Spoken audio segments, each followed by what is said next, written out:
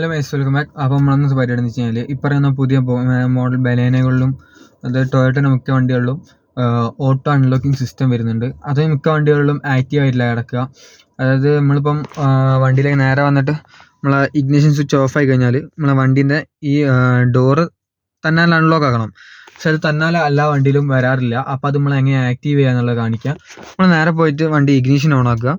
Ignition on ആക്കിയ ശേഷം നമ്മൾ മീറ്ററിലേക്ക് വന്നുമ്പോൾ നമുക്ക് ഈ റൈറ്റ് സൈഡിലുള്ള നോബ് ആസ് യൂഷ്വൽ നെക്കി പിടിക്കുക. ഈ റൈറ്റ് സൈഡിലുള്ള നോബ് ഒരു 5 seconds നെക്കി പിടിക്കുക. നെക്കി പിടിക്കുമ്പോൾ നമുക്ക് നേരെ കാണാം അതിനകത്ത് ഡോർ അൺലോക്ക് എന്നുള്ളൊരു സാധനം ഏറ്റവും അടിയിലുണ്ടാവും. ആ സംഭവത്തിലേക്ക് നമ്മൾ എത്തിക്കണം.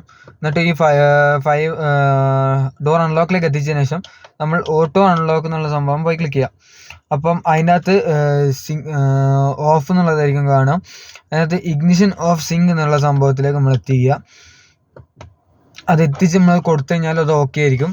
പിന്നെ നമ്മൾ നേരെ നോക്കുകയാണെങ്കിൽ നമ്മളിപ്പം ഇഗ്നിഷൻ ഓഫ് ആക്കുകയാണെന്നുണ്ടെങ്കിൽ അതിനുശേഷം നമ്മൾ നേരെ വന്നിട്ട് ഇപ്പം വണ്ടി നോക്കുകയാണെങ്കിൽ ലോക്ക്ഡാണ്.